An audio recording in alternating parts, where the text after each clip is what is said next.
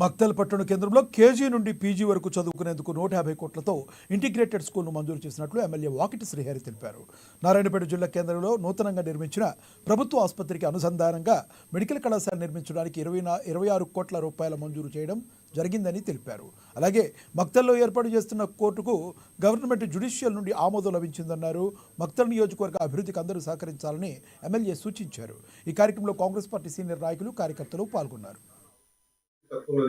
మా ప్రాంతం integrated schools మా ప్రాంతంలో ఎక్కువ అవసరం ఉంటాయి. ఖచ్చితంగా మా ప్రాంతానికి మీరు సహకారం చేయాలా. ఇంటిగ్రేటెడ్ స్కూల్స్ లేకపోతే ఇబ్బంది అవుతుంది అని కోరడం.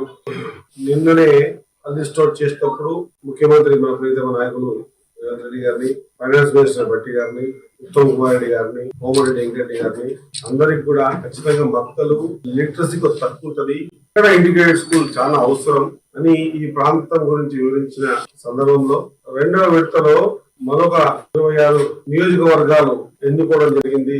మన ప్రాంత పరిస్థితుల్ని అవసరాన్ని గుర్తించి మన మక్కల్ నియోజకవర్గానికి కూడా 153 కోట్ల నుంచి 171 కోట్ల రూపాయలతో ఈ ఇంటిగ్రేటెడ్ స్కూల్ మనకు శాంక్షన్ కావడం జరిగింది.